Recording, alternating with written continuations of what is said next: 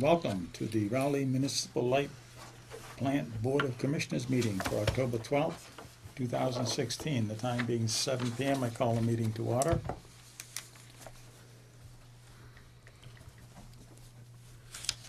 And as a reminder, this meeting is being audio and video recorded digitally. Okay, our first end-of item is Citizens Query from 7 to 7:10 p.m. Item number 2 is review and accept minutes from previous meeting.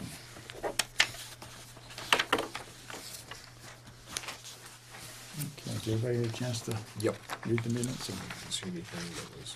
any issues, changes, anything like that? No. Okay. Entertain a motion. I'll give you a motion, Mr. Chairman, to accept the minutes. I'll second it. Motion made and seconded to accept the minutes of the previous meeting. All those in favor signify by saying aye. Aye. Aye. Opposed? Motion carried. So, Dan, you want to skip down to 4? Sure. Okay. We're skipping 1 because of a time that's set on it. Results from the roof replacement, RFP. As you know, we put a RFP out for a roof placement at the 47 Summer Street garage and office. I received the bids back on October 7th. There were 2 bidders that bid on the project. One was for $47,000 and the other one was for $19,500. Well, I guess that's a hard decision to make, huh?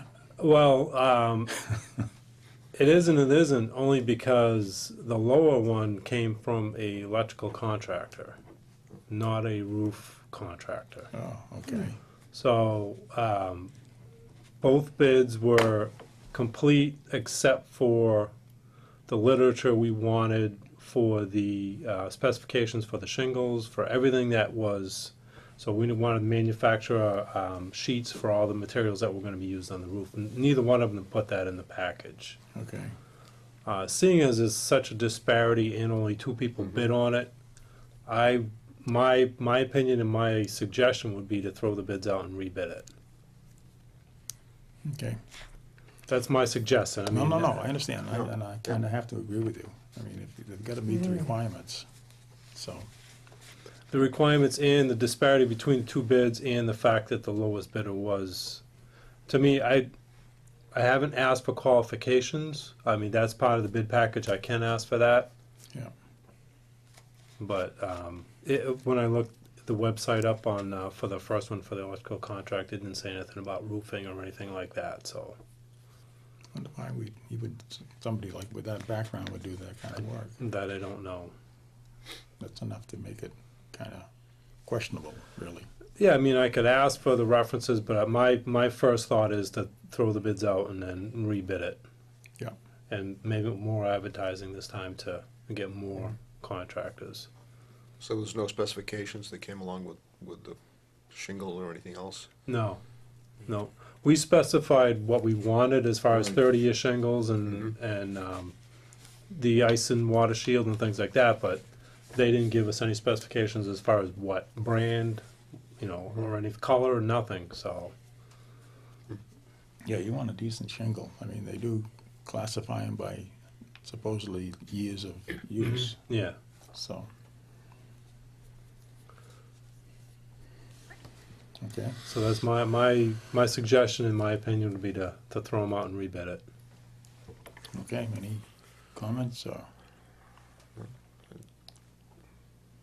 No? Yeah. So we want to entertain a motion? I'll give you a motion, Mr. Chairman, to rebid. Second it. Okay, any discussion? Hearing none, all those in favor signify by saying aye. Aye. Aye. Opposed? Motion carried. Thank you.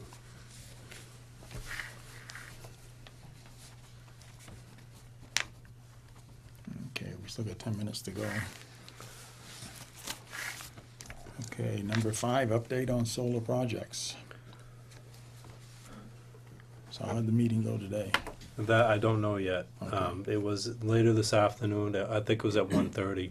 Mr. Freitag emailed me this morning and told me he would get back to me if there's anything earth-shattering happened. Just for anybody who doesn't know, the DEP was at the site today on Central Street because one of the abutters was appealing the decision of the Conservation Commission, and basically the DEP was there to look at the site and make sure that everything was up to snuff as far as the plans go and whatnot.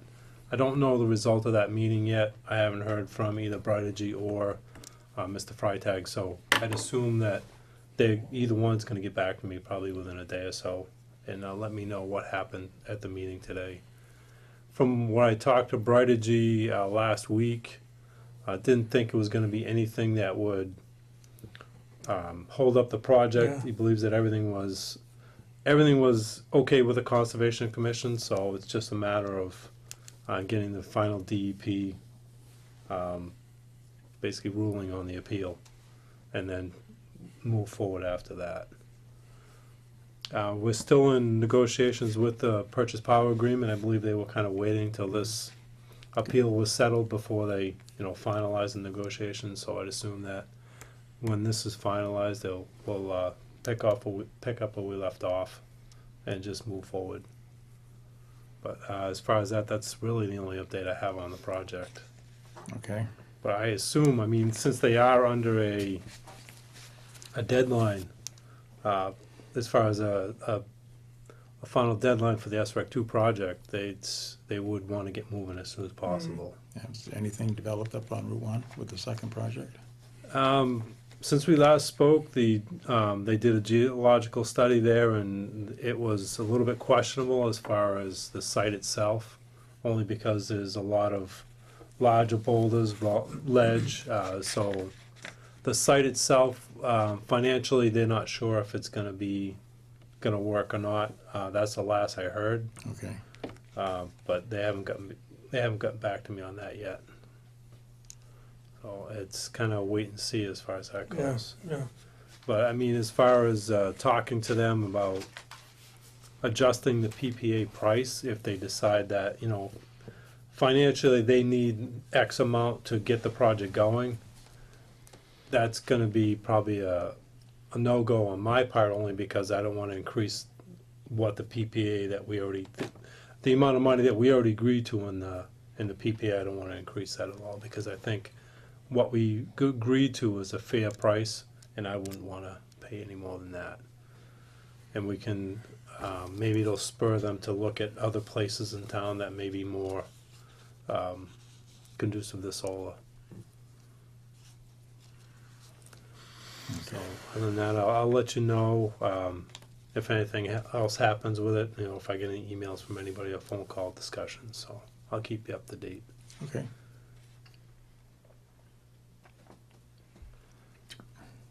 We can take 5 minutes on this last one.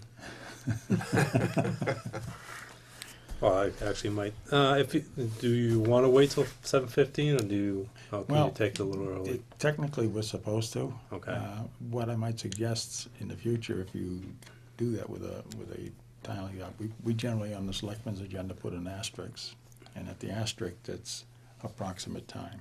Okay, I'll do that.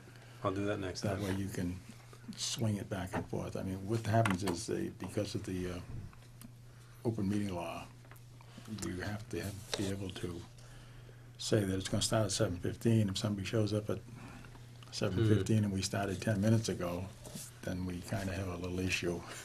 Okay, all right. That works for me. I'll remember that next time. And Okay. So you want to go down to 6? sure. Change in bill format discussion. I've been in talks with a vendor to basically look at our bills, and these are a couple of samples that we received from him to redesign and redo our bill. One of the reasons is he believes he can do it cheaper. I haven't got a price from him yet, but he believes he can do it cheaper. Okay. And they are a printing company. They're not a billing company, they're not a software company, they're a printing company. So I'll take a look at those. what it would do for us is basically, they're just gonna take the data that we submit to them. So basically, the way we do it right now is the data is printed on a pre-printed sheet. So if you were to see a bill before we printed it, it would basically, you'd see all the colors and some of the text, but you wouldn't see the names, the amounts or anything like that. So the actual form is done ahead of time. What they do is they actually print everything all at once. So they print all the text, the form, everything. So what that allows them to do is rearrange anything the way they want it, or way we want it. Why we want it, yeah. So we could put graphs, we could put, charts, we could move, we didn't like the address here, we can move it to the right side, whatever we wanted to do, we could actually design that with them and actually have the bill, because they print it right in their facility. Yeah. It's, we're looking at it now, we're talking, Eric and Sandra and myself are talking internally about what we want to do. These are just a couple of samples, but it gives us a good idea. Because I like the bar chart instead of the little table that we have now. Right. I think the Much- bar charts is visually, it's much a easier. lot easier. Easy to read, Yeah. yeah. He can do color text, he can do, colored bar charts. So it's all a matter of talking to him and deciding what we want, getting a price from him Yep. as far as, and also he is a designated postal facility, so that he basically, They get mailed right out of his office. they get mailed right out of his facility. Wow. So they would go right to the business class distribution center that's closest to him, and then they would get distributed from there. Yeah. So I believe he gets even a better postage rate than what we're paying now. Hmm. Because right now we pay, I'm sorry, go ahead. No, I know, I looked at them and looked at the bills, and I thought it was a little bit high. I mean, just under or just over 1,700. Mm-hmm. So if we could save some on that, that would be great. I think we'll save some on that and the postage, because right now we're paying Northern Data Systems for the bill, for the actual stock and the printing and the postage and everything. And they sub it out to another company. Another company, okay. So right now, we basically eliminate both those parties. Yeah. And we just go to the one party. And to tell you the truth, when we got swapped over to Bill Trust about 3 years ago, Eric, we weren't entirely happy with the way it went, and they've been less than okay to deal with. I mean, they've been okay, but it's been, every issue that we have seems to be a little bit of a communication problem, or something's just not quite right. So it kind of shoves us to making a easier decision on this as far as swapping over to somebody. If this guy can do it cheaper and because that's good quality. I mean, this is printed off our printer. This isn't the actual bill stock, so his actual stock it's nice quality paper. Nice And, quality paper. yeah. What are we talking about savings? That I don't know yet. Okay. We're just in the beginning discussion stages, so we will. It's more of that we're kind of progressing through it. We have a lot of questions we want to ask internally with the three of us, just to kind of get a feeling about what we want to do, and then we'll come to an agreement with him, and he can give us prices as far as how much it's going to cost, and then how much we're going to save. Yeah, that'd be nice to know that. Yeah, and with the nicer bill, I mean, he claims that if you have a nicer bill that we mail to customers, they look at it and they pay their bill faster. That's his Now, claim to fame. So it's Is that a nicer bill, or is that a pink bill? and yeah, that I don't know, but Isn't So- pink supposed to be the color to get everybody to pay? we could. Well, I don't know, but maybe we could try I and think it work is. that I think out. they figure out that that color is the one. He Kind said- of- It's very calming, and people don't jump up and down and yell and scream about their light bill. Oh, and as far as messaging goes, we could do a larger messaging. We could actually message different classes of customer different messages. Mm-hmm. So we could sort, so commercial class would get one message, residential class would get a different message, all in the same bill run.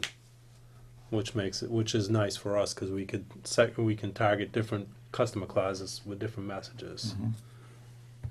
So, we're still looking at it, and, we have a meeting with him probably the second week of November to kinda finalize what we want, and then he can give us prices from there. Where is he out of?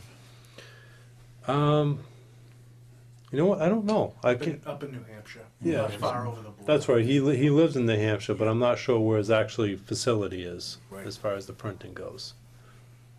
It's not important anyway, it's just curious. Yeah, yeah. So that's where we're at. I'll keep you up to date. More than likely, I'll probably have a better idea at our November meeting where we're gonna go, and maybe with even something with our name on it, and Mm-hmm. That's so we'll good. be able to take a look at it. Okay. So we'll hold off on making a motion on that. until Yeah, there's more yeah. information. I think the November meeting will have more information, and we'll probably have some, maybe even some samples with our writing on it, We our can names decide, on it. yeah, Yeah. that would be great.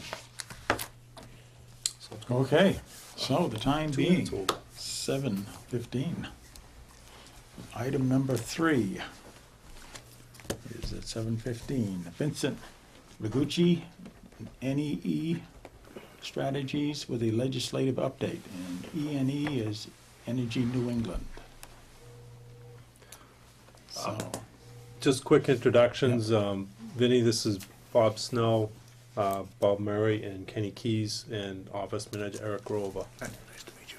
Vinny's he's been a breath of fresh air for E&E with E&E Strategies. They're fairly new to E&E, but ever since he's come on board with E&E, it's been a lot of information going in and out. So I'll let you take it from here. I appreciate that. Let me hand these out to start. thank you. Thanks, Vin. Okay. Thank you. Sure.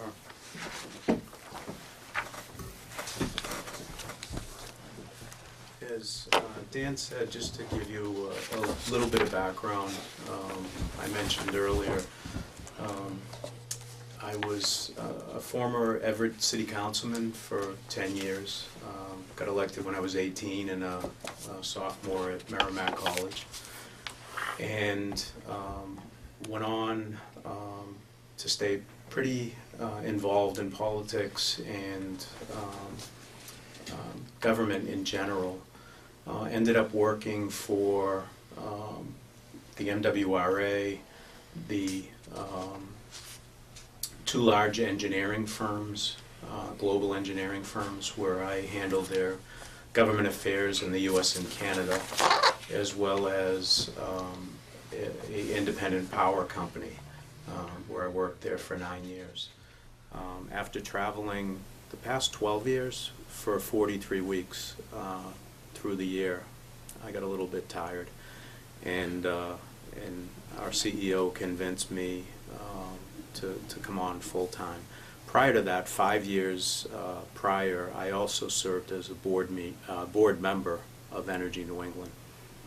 So when I came on board, we decided to start E&E Strategies, and with the thought being that public power has increasingly come under some attack, and from what I saw, and I think Dan took the same approach, is that there wasn't a lot of proactive work going on. It was much more reactive. So even though your membership to MEME includes a lobbyist for all 41 communities, it's not that all 41 are the same. And I think it's to everyone's advantage to be more proactive. So what I wanted to do is give you a summary that I've put together of the past legislative session, and also to give you a little bit of an overview of E&E Strategies. So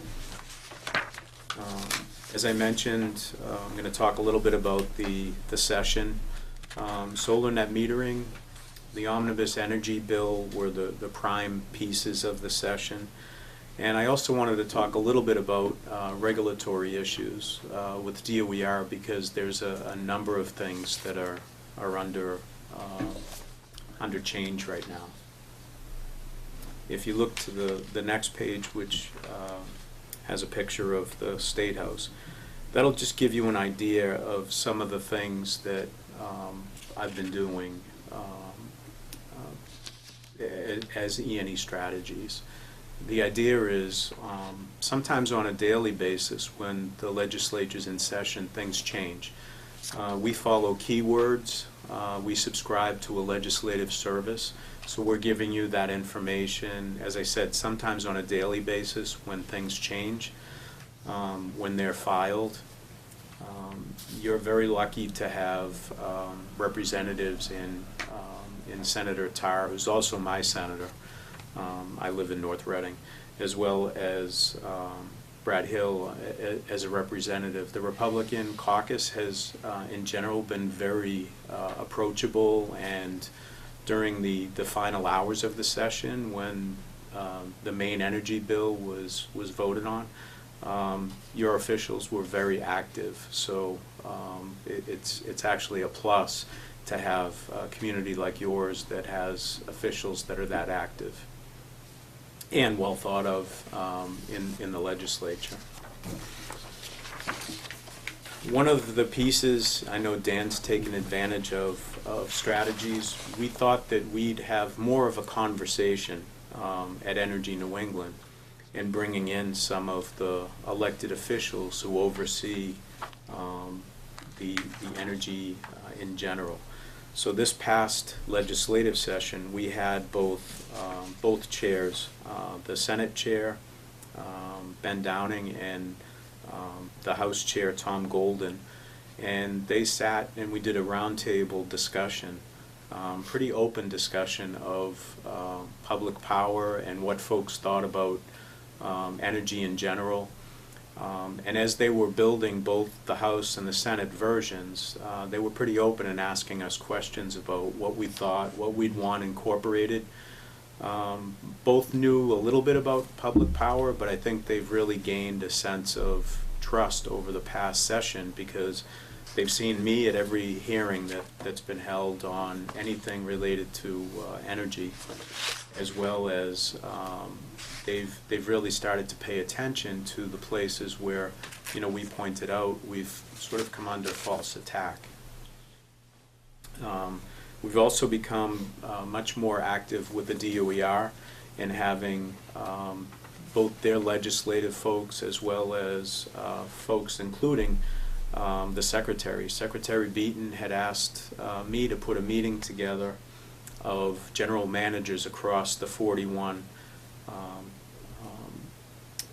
public power entities, and we were able to get, I think it was 29 I think there was about 29 there, yeah. that we had show up in Boston, and it was a very good discussion. He did a PowerPoint talking about the governor's energy bill, and I think he got some honest, which is what he had asked me for, was some honest feedback about what we thought.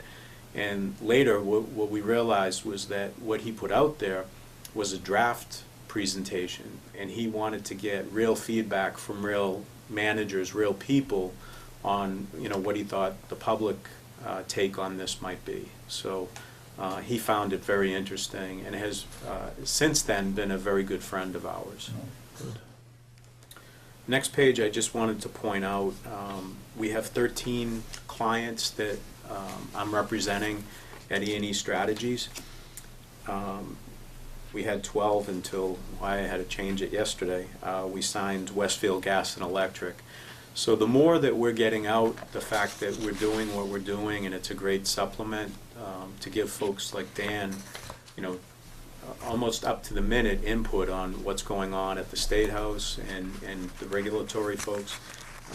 And we're not charging a lot of money for it, so it's really been a valuable service to folks. I'll touch upon what we did the past session. As you'll see, the numbers kind of speak for themselves.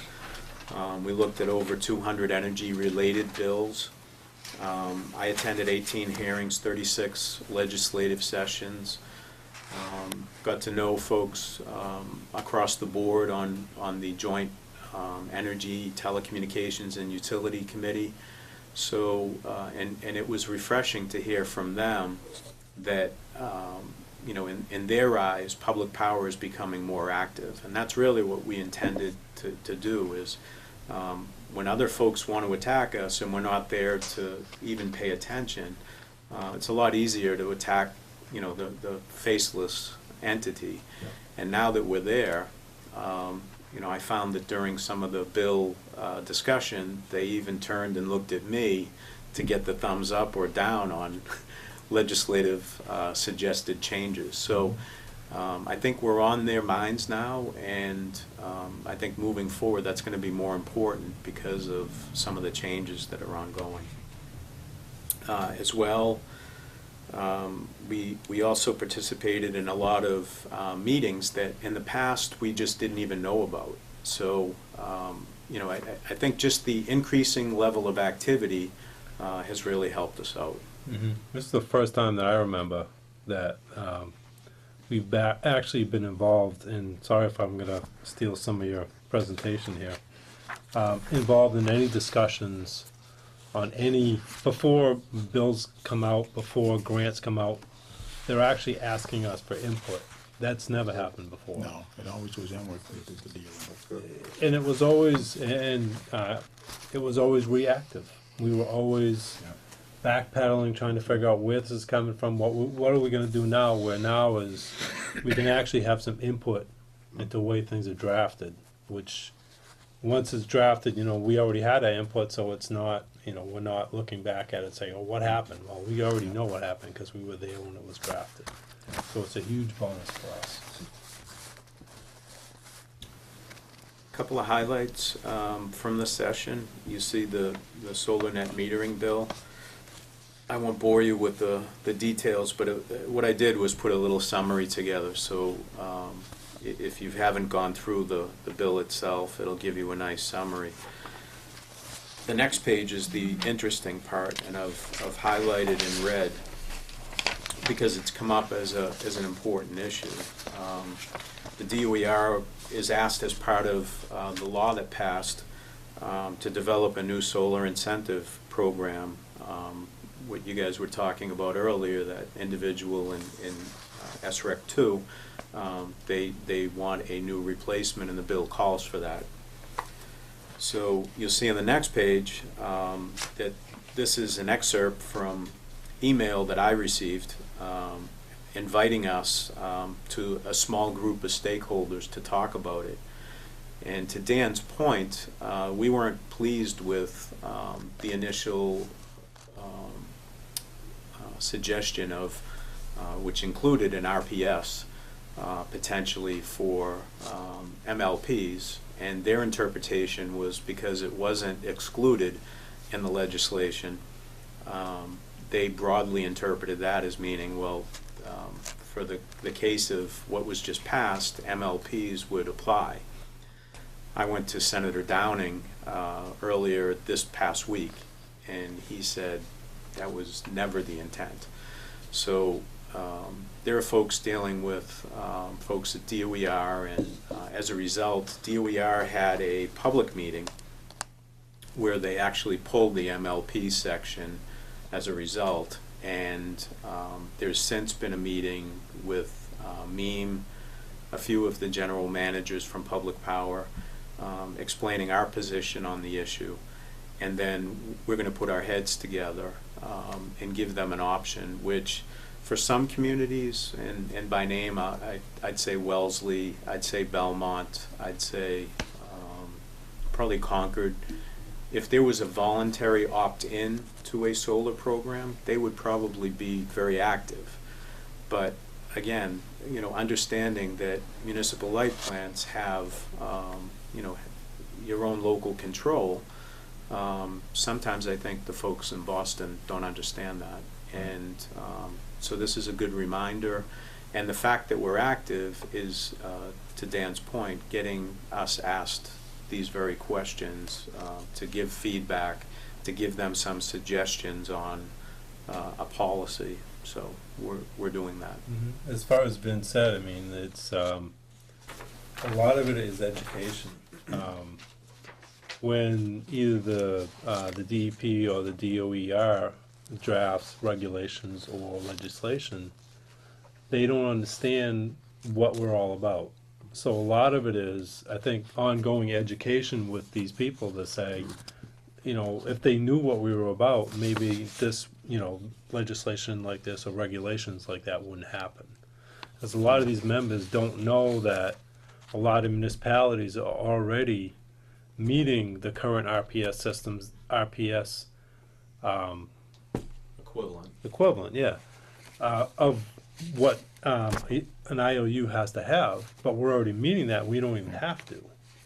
So it's a lot of education that's gonna happen. I think in talking to these people that's really gonna really help us along. And to them, you know, by educating them, they're also, you know, we're learning, for instance, I don't think that the state is actually taking credit for the renewables and the carbon reduction that MLPs like yours are producing. So this dialogue has started that conversation, and I think, you know, the SJC threw down the ruling, and they're looking for more places for, you know, for carbon reduction to come in, and I think that this discussion will help that, because, you know, the municipal light plant load is 13% of the Commonwealth, and that's nothing to shy about. And if we're all doing, you know, for the most part, doing a lot of renewables work, those are projects not being accounted for. Mm-hmm. So I Right. think that's an important piece. I also touched on the recent energy bills. Started with two versions. The House, very narrow approach. The Senate, all kinds of amendments and modifications, wanting to do a number of things. The bottom line is that the final bill ended up much narrower of a scope and much closer to the House version of the bill. It requires procurement of 2,800 megawatts, which is 35% of the Commonwealth's load, mixture of onshore wind, hydro, and offshore wind. And the bill calls for specific dates for offshore wind and when they need to procure those in tranches, as well as hydro coming from Canada. And the first bit of that will go out to bid in April. Another piece you see in the two photographs, the governor signing the energy bill. We were invited, and actually, not only were we invited, but all of my clients were invited by the governor's office to attend. The picture up to the left is my CEO, John Zimmerangis. The guy in the middle is the House Chairman of the Energy Committee, Tom Golden, and to the right, Senator Downing, who's the Chairman of the Senate Energy Committee. And again, they appreciated the fact that we stepped up, offered our comments, suggestions, and really helped them to narrow in their focus of the energy bill.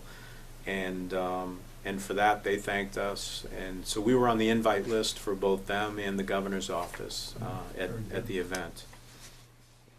As far as the next steps for the bill, one thing that the Senate President and the Speaker have made clear are that, and to the point of the narrow bill that passed, annually they see a lot more sort of tweaking happening with what's going on in energy. The improvements in technology, whether it's energy efficiency, whether it's renewables, and different types of things that are happening, battery storage.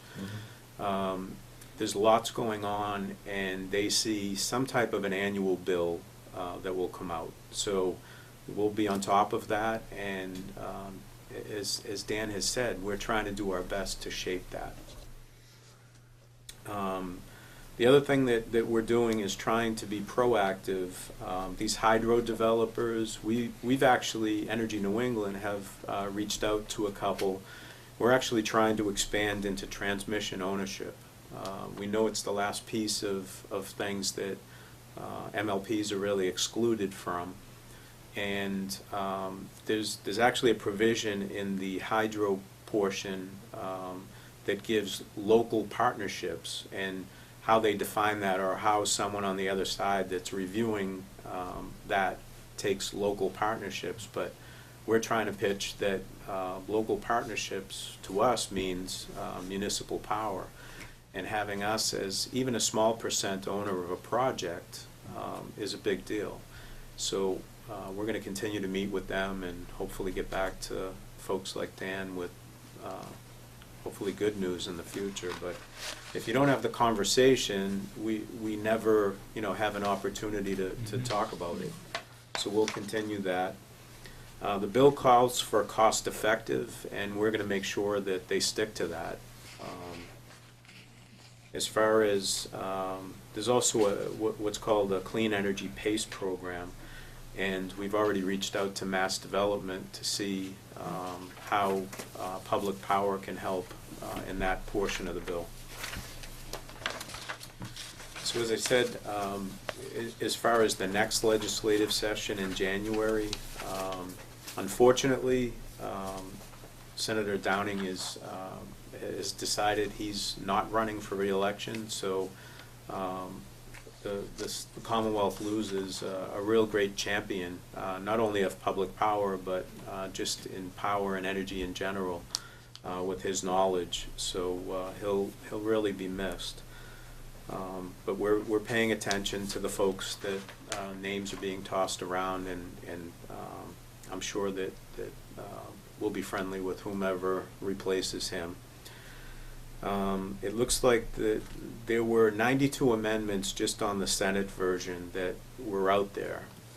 That lends itself to at least a few of those shaping up to a new bill, and we'll be part of that in the future, and making sure that we pay attention. The final point that I wanted to make with regards to what we're doing, Dan talked a little bit about that before, is with DOER and the regulatory folks. Even though they can't particularly oversee or tell us to do certain things, they have reached out. The head of the Green Communities, Dan Knappich, is a former mayor. He's the former mayor of Westfield. And he's really taken an active approach to reaching out and wanting to do more with public power. So there's been a meta grant program, a streetlight grant program, soon to come a battery storage grant program, and they're actually seeking our input prior to the final documentation being finalized for those things. There's changes coming in energy efficiency, and we've asked to volunteer and get on those committees so that we can help shape what they're looking for and make sure that it's not something that's over the top. And in general, to that point on energy efficiency, they're just asking us for ideas. Last week they called and asked what we thought about attic insulation towards doing these home energy audits. If they chipped in, the MLP chipped in, maybe a 50-50 grant, where it's one of the biggest and pretty quick as far as a payback period savings. So it's great that they're reaching out where even a year ago the conversation just wasn't there to have. Right. So that's a quick overview of the session, and I just want to say that I appreciate having Dan and you guys as a client. I work hard for all of them, and I think it's I think it's truly making a difference, because everyone's on the same page. We've had a number of conference calls when something's come up right away. I literally spent the entire weekend, the final weekend of session, and now with, having a cell phone and being able to tell people right away what's going on, you guys know what's going on right up to the minute. Right up until like 11, what was it, 11:49 or Yeah, something when they like that? passed from the House to Yeah. the Senate, the final version of the energy bill. Yeah. So, Wow.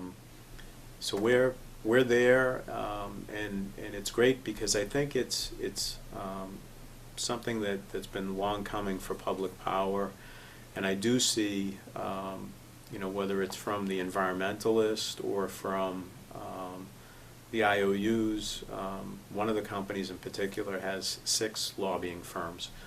I don't know what you need that many for, but I think we're doing a respectable job in being part of the conversation, to the point where, whether it's legislators or regulators, they're letting us know when things might impact us or before them. So, I know Dan wanted me to update you, and I'm glad to take any questions you might have. I'm certainly glad that you're on our side. I mean, it's been a long, long time since we've had any representation at all at these types of things. I know we've fought with them, the IOUs, through Washington, and we did pretty well. I mean, we didn't do tremendously well, but we did pretty well through the years. As a background, I was the manager for 19 years in Okay. Raleigh. And I actually worked for the company 35 years. Wow. So I started in the 60s. I have an appreciation, for public power in general, and, it sort of ties back to the history of the Commonwealth and how things are done. Yeah. And so to be up there and being active, I think it's something that, from a public power standpoint, I think it's been welcome, and whether it's the folks in the governor's office, the legislative branch, as I said, your own representatives have been very receptive, and anytime we've asked them, had a concern about a particular item, they're very active to go in and make sure that we're being represented. But I think they also appreciate themselves being educated on things that are of importance to us. Right. And also to the DOER. I think for years, you can tell me the last time that they've been as proactive on grant programs and how to shape things and making sure that we're becoming active. But they're really reaching out and trying to do more. So we're going to take advantage of that. Yeah, we really need it too. Yeah, one of the things I think we're planning on doing in the near future is probably doing maybe a day on the Hill, actually having a visit with our local senators and reps, and just either with Vin or with somebody, and just going up there and seeing them, sitting down, talking to them. Because some of them know us and some of them do not. So it's nice to go there and just kind of sit down and talk with them, and if they have questions, or Yep. we'll have speaking topics where we sit down and we talk with them, and it's a good discussion on things like that, of items of importance to us. Right. I think as we go forward, energy is going to be just even more critical to the communities than it has been. We were talking just last week about electric cars coming in, and about chargers. And, things are changing, and they're changing rapidly. Yes. Mm-hmm. It's nice to keep ahead of it. Yep. We're trying. Yes. That's very good. Well, thank you so much for coming. And Sure. Thanks, And, Vince. Thank you. As Dan knows, we Goodness, talk that's quite a good. bit, but if anytime there's a particular issue, that's what I'm here for. That Dan's pushing for, or you're pushing for as a board, we're here to make sure that your voice, your message gets heard. Yeah, and one other thing, probably of maybe some importance is, it's not only regional issues that Vin is dealing with, it's actually local issues. If Rowley had some issue with the light plant that we wanted to approach a legislator, I mean, that's what they're there for. Mm. So it's not so much every 41, representing every 41 municipalities, it's an individual representation as well. No, that's good to have. It really is good to have. That's all I had. Okay. Good stuff.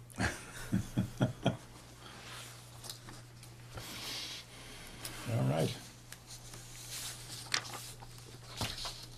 What's next? That's, Give you a motion to adjourn, Mr. Chairman? Motion to adjourn takes priority. Okay. Did he make the motion? I I second it. meant, okay. Motion made and seconded to adjourn. All those in favor signify by saying aye. Aye. Aye. Opposed? Motion carried. We are adjourned.